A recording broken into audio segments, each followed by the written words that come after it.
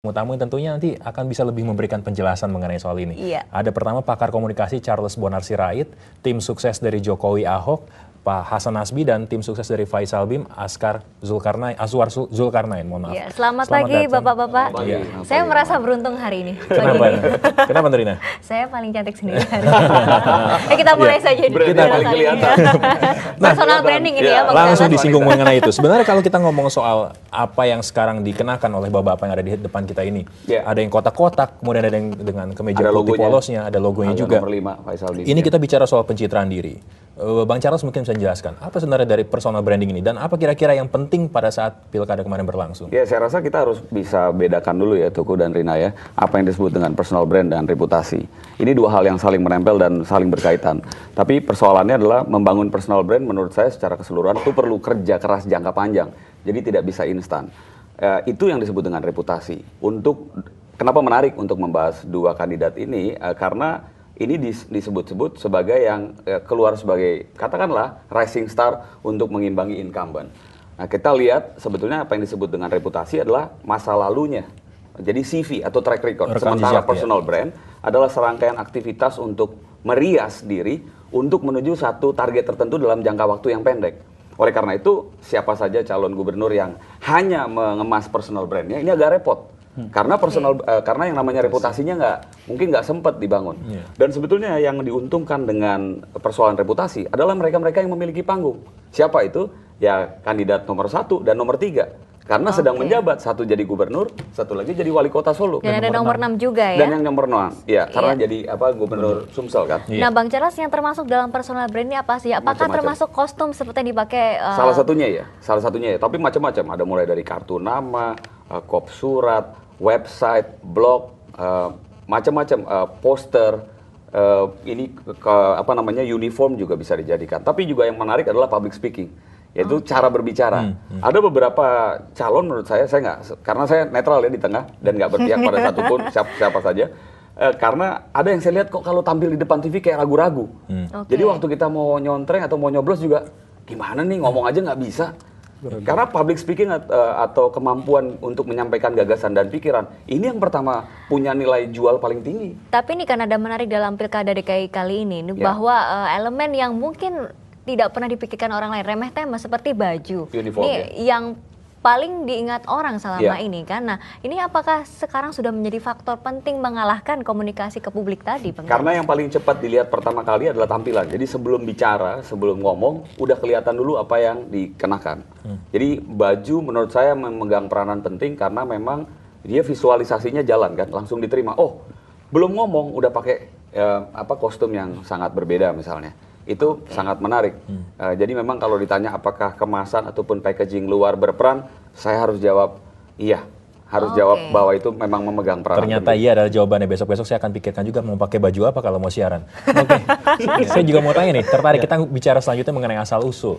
Ini ada kotak-kotak, ada putih polos dengan logo juga yang dicantumkan di sini. Dan lengan bajunya dising-sing. Mungkin ada filosofi tertentu ya? Pasti ada, saya yakin ada. Coba kita mau dengar langsung. Kira-kira penjelasannya apa nih? Awal mulai bisa pakai kemeja kotak-kotak, nanti mungkin langsung dilanjutkan dengan Bang Azwar juga. Kira-kira bagaimana? Iya.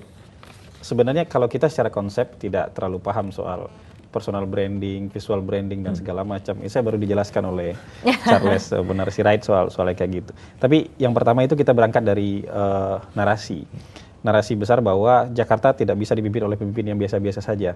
Yang pikirannya sudah bisa ditebak itu nggak bisa kayak gitu. Coba kita mau lihat kira-kira ada filosofi apa mungkin? Ada pemikiran apa ketika memikirkan seperti itu? Secara khusus sebetulnya sama dengan bagaimana membangun pendidikan politik kepada masyarakat. Saya jadi punya bayangan, ngebayangin waktu pada saat konsep ini dibuat, langsung mungkin apa yang disuka Pak Jokowi, apa yang disuka oleh Bang Faisal, mungkin seperti itu kira-kira, nanti dicombine semua baru terjadi seperti itu. Tapi ada satu tagline yang menarik ya untuk menggarisbawahi apa yang kita bicarakan ini. Non-verbal communication speaks louder than verbal communication. Tapi itu kenyataan ya? Saya pikir itu kita harus amini. Kenapa? Artinya kemampuan kita berkomunikasi secara non-verbal, nggak ngomong, kita diam gini. Apa yang kita pakai, tampilan itu menampilkan lebih dari 1000 pengertian kepada masyarakat. Jadi diam aja begini, kotak-kotak menurut timnya Jokowi, itu berwarna. Dilinting, itu kemeja, Pak Faisal Basri begini, itu artinya orang yang kerja. Pakai sendal, karena pergi kemana-mana, sepatu sendal, artinya merakyat atau mobile. Itu saja sudah membuat. Nah, itu kan termasuk personal branding ya Bang Charles ya? Itu bagian dari personal brand. Nah, apakah personal branding ini kebetulan saja berpengaruh terhadap warga Jakarta? Apakah memang kalau dibawa ke daerah lain yang mungkin tidak seurban Jakarta, apakah hasilnya akan sama? Atau ini memang khusus untuk mereka yang menengah ke atas, Bang Charles? Nggak, gini, saya harus juga jawab dari apa persoalan persaingan ataupun kompetisi atau kontestasi. Yang disebut dengan personal brand dan Anda memiliki personal brand itu harus ada 7 faktor. Tapi kita sebut saja 2-3 yang di atas. Yang pertama, you have to be the first. Anda harus jadi yang pertama. Yang kedua, you have to be the leader. Anda harus jadi yang pemimpin.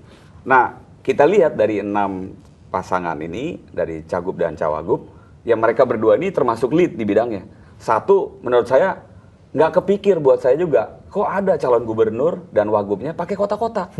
Itu nggak terpikir, nggak ada dalam mainstream saya. Saya juga mikir gini, pasti batik nih, karena beliau dari Solo. Pasti batik, gitu loh. Karena batik dekat dengan Jawa, dengan suku Jawa. Bang Faisal ya mungkin pakai kemeja koko gitu. Tapi ini kok menampilkan kesan informal. Nah, mungkin informal itu ingin didapat karena ingin cair dengan masyarakat bawah. Ada kedekatan di situ. Ada kedekatan dengan masyarakat bawah. Karena masyarakat bawah terus terang kalau pakai jas, wah apa nih kayak orang atas susah dijangkau gitu, pakai dasi. Nggak ada kan yang pakai dasi. Saya rasa atau menurut dugaan saya lebih banyak juga masyarakat pemilih yang kelas menengah bawah. Ini jumlahnya cukup banyak, dan masyarakat kelas menengah bawah yang paling cepat untuk ditangkap duluan adalah tampilan visual. Tampilan visual itu yang tadi saya bilang, non-verbal communication speaks louder than verbal communications. Jadi pemilihan atribut itu harus kuat, harus dapat. Tadi kalau disebut ada ahli pemasaran, menurut saya itu salah satu keuntungan ya. Tapi yang juga nggak boleh kita lupakan, karena kata pencitraan juga sering dikonotasikan negatif. Sering sekali semua berpikir hanya pencitraan, setelah itu kerja politiknya nggak ada. Jadi persoalan yang paling menarik melihat dari personal brand ini adalah personal branding versus rasionalitas politik. Artinya itu bagaimana hubungannya? Artinya personal brand itu hanya seperti touching terakhir. Nah, yang harus ada kapitalnya ataupun asetnya adalah yang tadi saya sebut, reputasi politik. Kalau bangunan reputasi politik ini dari dulu tidak terlalu kuat, mau dibedakin, mau di make up, mau di lipstick, apapun, nggak akan laku. Lebih everlasting. Nggak akan laku. Ada masa berlakunya sebenarnya. Iya, karena gini, orang akan lihat ini cuma pesta. Pertanyaan berikut yang paling menarik dari saya saja kepada tim Jokowi misalnya. Apakah setelah ini, pada saat misalnya nanti terpilih misalnya, itu akan pakai baju kotak-kotak? Belum tentu. Baju kotak-kotak itu tadi saya sebutkan, personal brand itu adalah sekumpulan aktivitas komunikasi yang hanya dilakukan pada saat kontestasi untuk menuju sebuah goal, tujuan. Nah, tapi apakah dengan personal brand atau pencitraan diri ini mempengaruhi elektabilitas gitu, Bang? Oh iya, tadi sifatnya menambah, mempertegas artikulasi. Kalau misalnya katakanlah orang yang, mohon maaf ya, secara ini aja, nggak semua orang kan memiliki kesempurnaan. Misalnya kita yang di TV nggak ada menyebutnya apa, tunagrahita atau apa gitu ya, nggak bisa mendengar misalnya. Kan nggak bisa dengar Pak Jokowi ini ngomong apa atau Pak Faisal ngomong apa. Tapi dia langsung lihat dengan mata. Dia langsung lihat dengan mata di tampilan televisi, oh yang kotak-kotak, oh yang tangannya digulung. Itu bisa. Nah, jadi itu sangat memperkuat, sementara yang lainnya akan dibuktikan dengan kerja-kerja. Itu yang akan di-recall oleh memori kita ya. Iya. Nah, Bang Aswar, Bang Asbi, kita buka-bukaan aja nih. Kan tadi pada malu-malu bicaranya ini memang tidak sengaja blessing in disguise. Tapi apakah tim sukses ini sebenarnya by design atau enggak gitu? Iya, itu dia yang saya ingin tahu. By design atau enggak? Apakah sudah ada penelitiannya, surveinya sehingga akan memberikan kontribusi suara berapa? Iya, sehingga memunculkan pencitraan diri kandidat yang seperti ini gitu. Kalau kita dulu gini, kita percaya bahwa barang bagus itu tidak akan sulit untuk dijual. Kita percaya apa yang disebut Charles tadi, reputasi itu membuat Pak Jokowi dan Pak Ahok ini jadi barang bagus. Baik. Jadi apa adanya Pak Jokowi itu. Iya, kalau Pak Aswar gimana? Karena personal branding tadi itu kan juga harus dijual, disampaikan kepada publik melewati berbagai macam channel media. Oke, nah ini menarik. Bang Charles, apakah personal branding atau pencitraan diri berkaitan erat dengan media atau bisa aja jalan sendiri gitu? Ada satu pertanyaan menarik yang menurut saya juga lembaga survei dan konsultan riset ini harus lakukan hari ini untuk mengevaluasi seberapa besar kontribusi personal brand strategi yang mereka lakukan signifikan terhadap perolehan suara. Apakah memang betul personal brandnya? Ataukah kerja politik sebelumnya yang disebut dengan reputasi politik? Ini yang menarik. Kalau menurut saya dua-duanya berperan penting.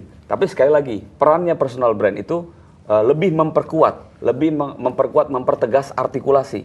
Mau orang pakai baju yang sangat unik sekalipun, kalau dia nggak punya kapital sejarah masa lalunya baik, ini nggak akan ada artinya apa-apa. Jadi personal brand itu sangat memperkuat dan langsung orang membuat notice dan tidak lupa.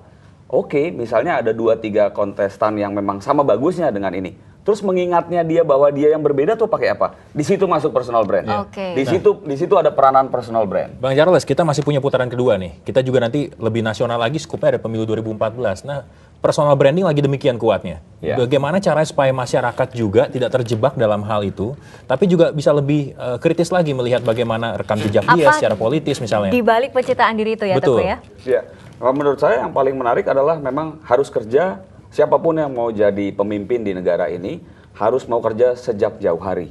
Harus bisa justru menurut saya hari ini yang punya panggung pemerintahan atau panggung politik dan sedang menjabat, sebetulnya di situ sudah mulai kok yang namanya personal brand sama yang namanya kerja politik dan persaingan. Contoh yang paling gampang menurut saya ya, Pak Jokowi dan juga Bang Faisal itu sejak lama kan nggak terlalu memerhatiin personal brand. Kerja politiknya dulu ditampilkan, katakanlah merubah kota Solo yang menjadi lebih baik. Bang Faisal memberikan gagasan dan pemikiran tentang ekonomi, tentang bagaimana mengatasi Jakarta macet. Ini kan diberikan. Dan pada saat itu personal brand nggak kelihatan. Kalaupun kelihatan, yang paling kelihatan dari dua tokoh ini yang menonjol adalah cara berbicaranya, public speakingnya. Mereka nggak pakai teks, mereka bisa ngomong. Dan mereka punya data gitu, diolah. Jadi pada saat diberikan sebuah pertanyaan, mereka bisa kembangkan dengan kenyataan. Dan mereka punya alasan gitu, punya rasionalisasi dalam menjawab. Iya, jadi ibarat kata begini ya, eksis itu perlu, tapi sebenarnya lebih dari itu, jangan sekedar eksis gitu ya Bang ya. Eksis, citra diri, itu merupakan hal yang wajar. Karena kalau enggak, pada saat nanti orang mau mencoblos dan menyontreng, bingung yang mana. Tapi di belakang itu semua ada yang namanya CV, rekam jejak. Itu yang nggak mungkin bisa ada di kertas suara. Dan itu diwakili oleh personal brand. Jadi personal brand itu menentukan di titik-titik akhir. Pada saat orang mau mencoblos, oh ini yang ini. Oh enggak yang ini aja karena dia kemarin pakai bajunya begini. Cros. Gitu. 5 detik, 10 detik terakhir sebelum ada godaan dari kiri dan kanan, itu berguna tuh personal brand. Ini ibaratnya kecil-kecil tapi ini ya. Cabai rawit. Iya, betul. Iya, kita lihat ada eksis, narsis menghasilkan prestis. Iya. Itu kayaknya seperti itu ya yang kita lihat. Ya, kita sampai di ujung perbincangan kita kali ini dan bagaimanapun kita lihat ada kesuksesan dari personal branding yang sudah dibangun oleh masing-masing tim sukses dan khususnya oleh para calon tentunya ya. Tapi kesuksesan memang bukan hanya milik personal branding semata ya Teguh ya, ada kerja di belakangnya kinerja yang perlu kita garis bawahi di sini. Betul.